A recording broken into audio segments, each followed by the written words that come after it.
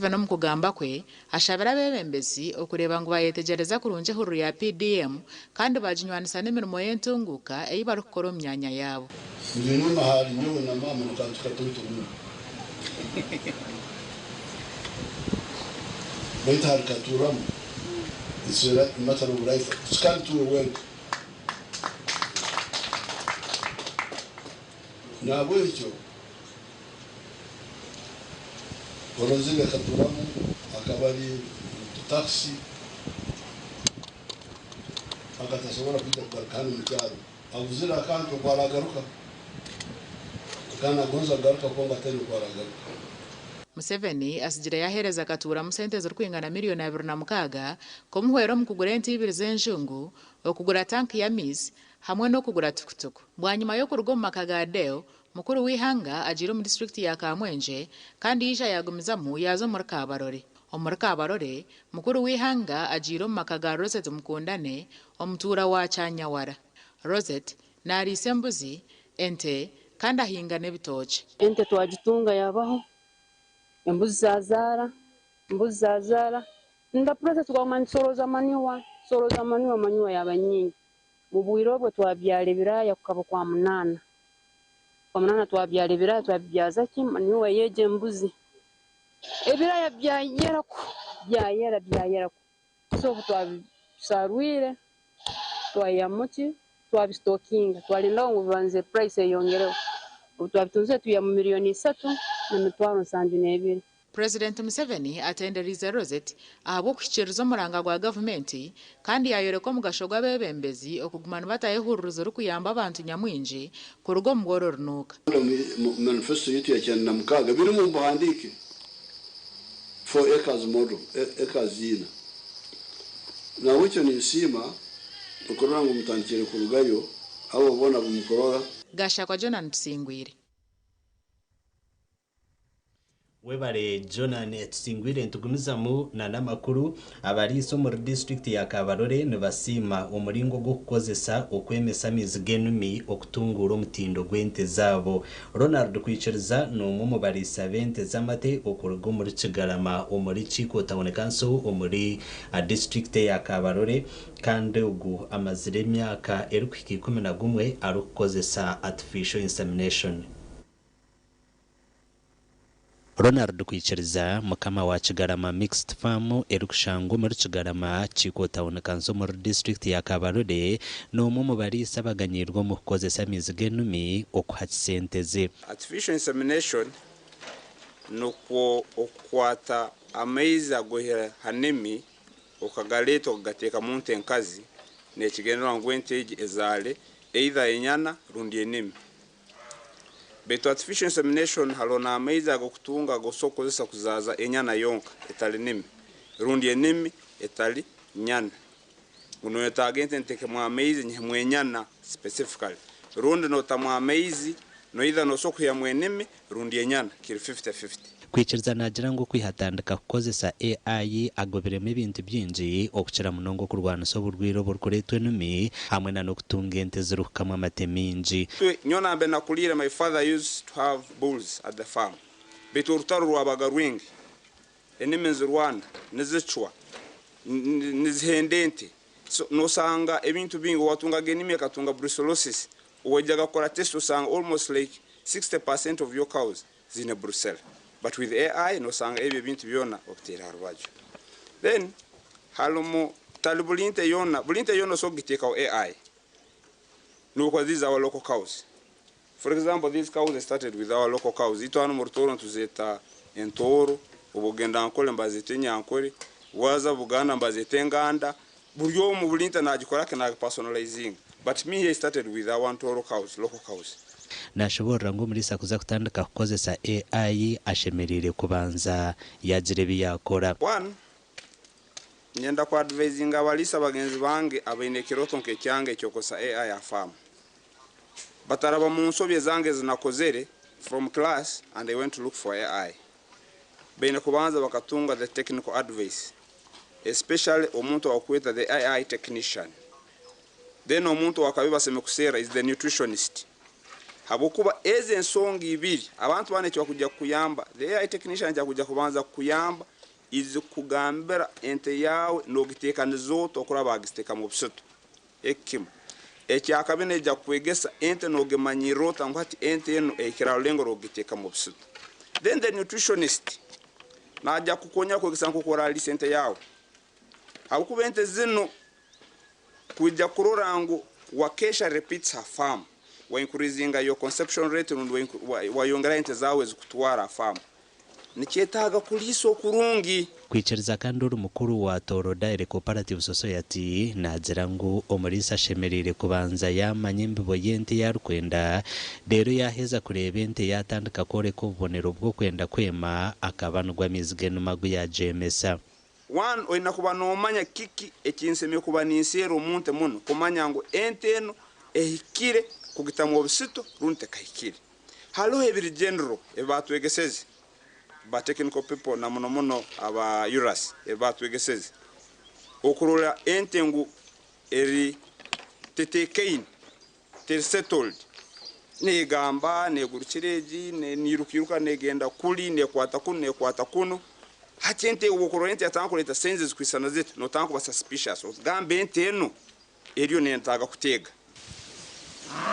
bankabize chikaguze ente kubetegere no girorota aruhente bokubano etegere arukinto ekibeta standing hit no kusanga ente eyemerire ezindi nzigitemba etakwiruka ati ubugwira n'ubakweta wa standing hit kubente ezindi nzibazigitemba kwiciriza nagira ngo umurisa shemerire kurebera kurunjente erukubera hace kuzada okwenda ngo ekazare nyena nunji nagira ngo nyena yaheza kuzarwa umurisa shemerire kujipuma rero nabwanyuma kajiherezo muhondo omushaha mukagezo kubanza yaheza kuzarwa enyana yawe kuzarwa wende kumenga shuwa musaha mukagezo kubanza enywe kitweto muhondo enyana bwe kumara kugwa hansi yet immediately get the weight of the heifer giteka minzani no so kwate kideya no gitekaho mukizinga mukiti giteka minzani utaginaga mukadeya monda betu akadeyo kagera byo muntu hagati muntu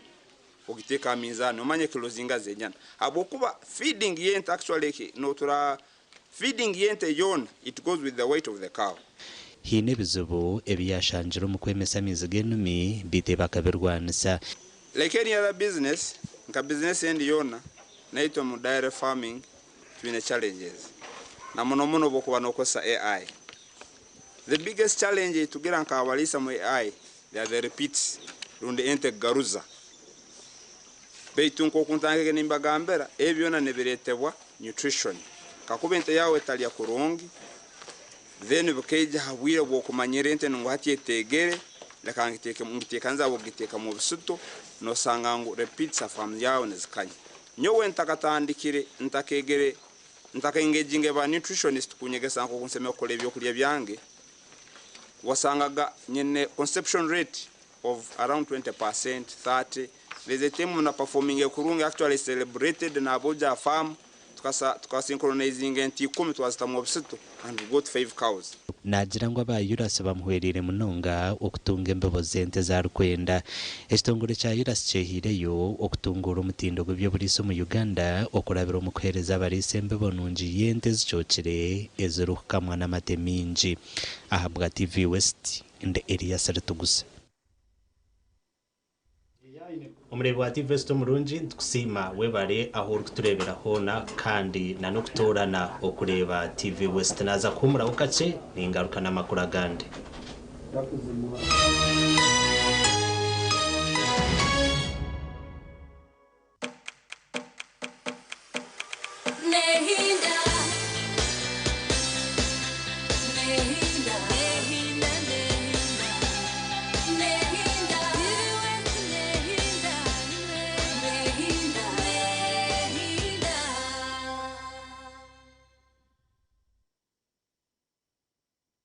Here's your chance to win school fees for your child for a whole year.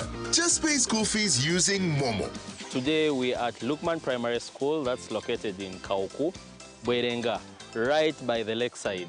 We have a happy customer who paid for her daughter's school fees. Nuru wano muwanguzi era agenda kusoma guno mwaka gwonna MTN Momo esasudde yo akolegwa kusoma. Ngasasula bitundu nendeta nensasulako nasigala nga babanja natuka okuwumula nga tannamalayo banankisa bibadde byangu nemwebale nnyo mwebalira mpulira ng'essanyu limpitidde naye mpulira ate kati nga kaba bukaabi mu mutima mwebale nnyo mwebalira kula nga nze muwanguzi nakonde nnooku. Dial *165 *80 hash. Select option 2 for school pay. Select option 1 to pay school fees.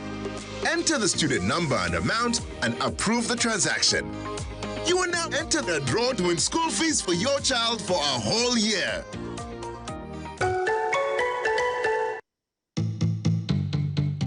Olw'okubanza kwerinda n'okubanza kwerinda otabwata wamanya katezo risike yoroho korabe n'olwara omutima oliha akatezo akokufa kitararire korabe n'olwara shukari oliha akatezo kokufuna overdose okafa kitararire korabe inenda eshari nofuna clot ninga pressure temba. So in other words twashomesaha iwe umurimo gwawe nk'omuntu nokureka ngwafuna okumanyisibwa about the risk ninga katezo ko mweno ojo nyina katezo ako kufa kitararira abo kuba nyimere of course naje abantu abatabindi ko kumugya makutuma na atura ino goba cyane abanyo mutura kurugati na nawe bakufanya bakanya nyina katezo so ngotarara utabyamire konka umanye akatezo and then ukore prevention.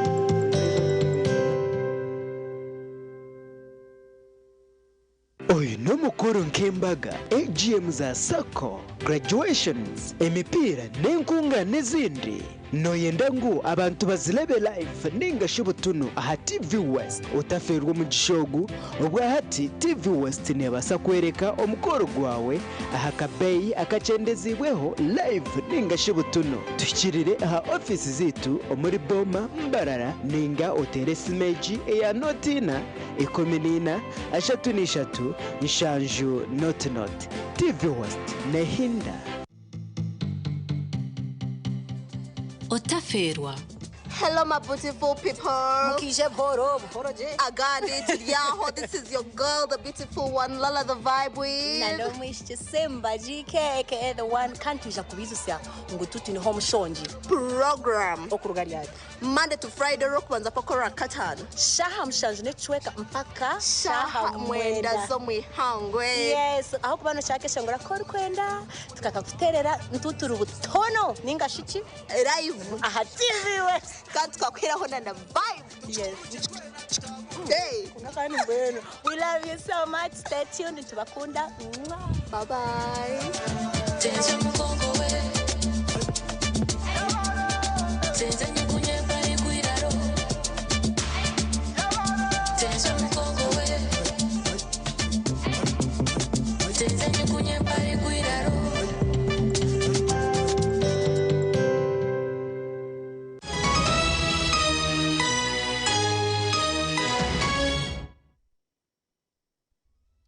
Omumakuru ag'ekicweka abatura b'omuruka ogwabukuba omugombore akashenshero omuri district ya Mitoma bekoziremu omurimo batabukiri bare eruborekero kurutwire rubaremise by'entambura baryosya baryatabura bayeterera enduru barikushaba aba district okubayamba enguuto ezibaremise entunguka.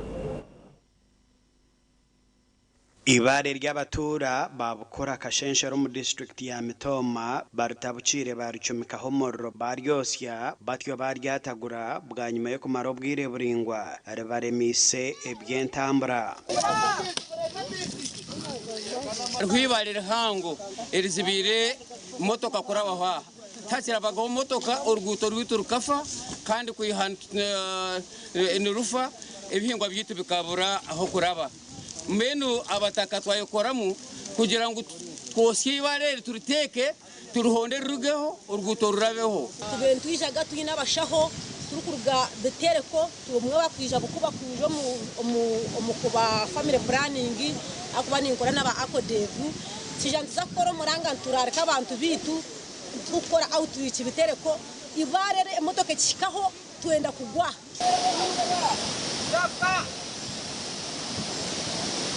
abahingi b'amajani kandi turi abashubuzi b'omwani omwani tugusisa bitereko kiza ku rugo witu bukuba kuzabitereko tuteganisibwa enguteji eyanchwera eri mwibarera hango eri twiremu itwe nk'abakyara tuza kushwerwamo eri tushangireho abahati beterire nduru okushaba bebembezi ba district yabo kubayamba okubaterereza enguuto zabo nko kuba baraganise bureba ucengu mwatuhereza ubuherezo bukire akwenguteji nerabwa mu bashubuzi abaru kutwara ebyamaguzi umukatare akakasheshero nakatare ka district akaruhinda ka district handi hamwe n'abashubuzi bona n'abana b'amasomero abakazi abaru kuza kuzara neco busasi kushanganywa nguto zitu za mitoma zofire kushanganywa amagwaro gitu gafire amashomero gafire abantu tibinaho baraba business zemeriro mu mitoma sente zimwe zikija konke sente zije zijire abamwe abebembezi bagenzi banje baziba nshaba government na munonga district yitu ya mitoma murebe biliyoni bikogwa president obireba kuba twashobegwa twayika kushobangirirwa otuyambe kureba ezo sente z'enkuto za cyondozibwa za manyayi za tori ibarero twire hagati y'enguuto hihe n'orutindo rwa nchwera orukwatanisiishaza irya ruhinda na ruhinda north eriborekere kubaturana bashaba gavumenti okurubayamba etarukwenda kandi aha niho bashaziremu okwekoramu umurimo gwo kuryekoreraho barikwehweraho gasha kwa Ben Muhozi omuri Mitoma. Webale Ben Muhozi twagumizamu na namakuru ekitongole kiri kulinda enyamisho mu Uganda echa uwa kitandikire kushomesa abanyamakuru ebine kukora okutungura ebyoburambuzi omu marindiro g'enyamishwa omushomo ogu gurumu abanyamakuru abarukuruga omu kyanga kya Angole. Abanyamakuru abariyo bashoma abikwatire no konja kutungura ebyoburambuzi omu ihanga Uganda harimo abarugashakira TV, radio, empapura, online kan abargom district ezirikora nkole. You have to understand about wildlife cranes, dynamics, laws and enforcement processes. Information from authorities, then the investigators take over, and we also take over as prosecutors. So we are licensed, prosecutors are licensed by the Office of the Directorate of Public Prosecution. Ekitongole kya Uganda Wildlife Authority obo kyebembiremu Chief Warden aw'erindo ly'enyamishwa erya Lake Mboro National Park Frederick Kisema niwe yayebemberamu okushomesa oku.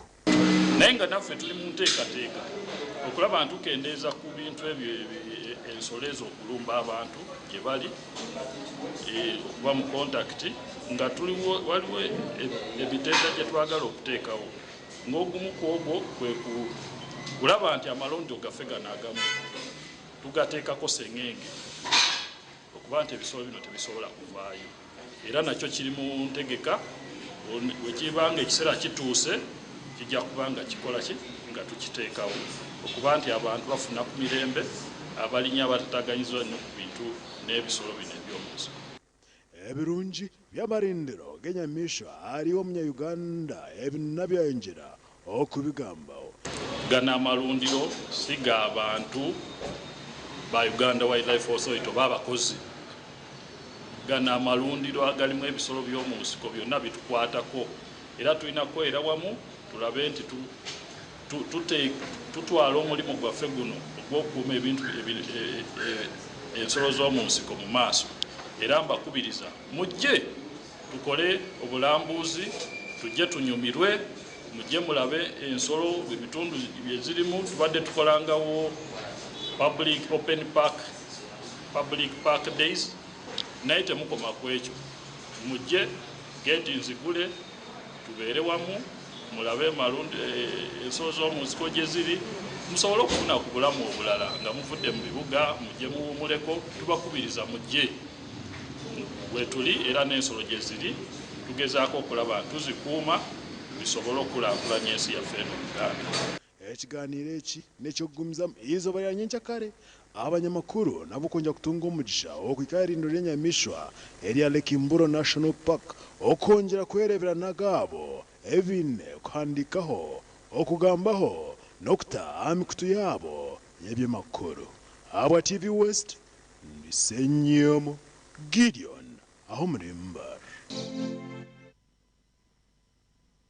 webale munonga senyomo Gideon obwo turi kwetebekanisiza okujaguza ekiro cy'abajurizi Vision Group twakuretera icyo mutano aho group erasinje mpaka zo kweshongora ekeshongoro cy'abajurizi neija kuhangura ebiconco ebiri kubarurwamo miliyoni 36 empakezi zesirwe National Matters Choral Festival yahanditse orukushashura emitwaro 10 ezo kuhanditsa kwaya yanyu mwe kwatakatambi keda cikishatu muri kweshongora kimwe aha byeshongoro by'abajurizi akatambi kasindike aha mukutu gwa WhatsApp aha namba eya 0756 kandi mukatambako matakaye bukutugambira izina lya kwaya yanyu na nekanisa aho muri kuraganinga no basa kutwara katambi akumuraye kwate aha bureberezi obwiramizo rukuragamu na ID eyumurashashuriho okuza kuba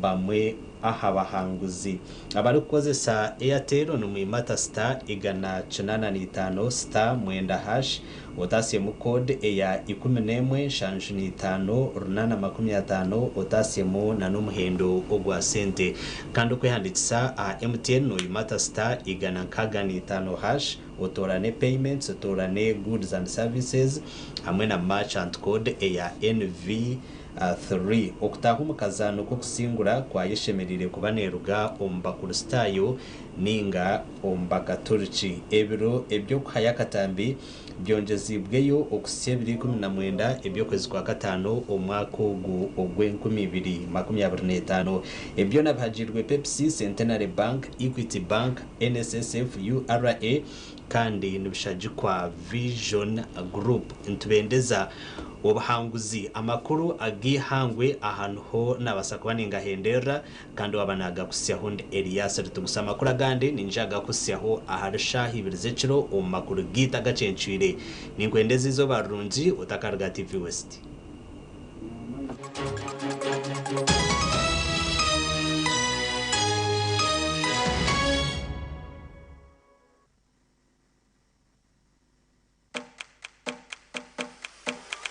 Nehinda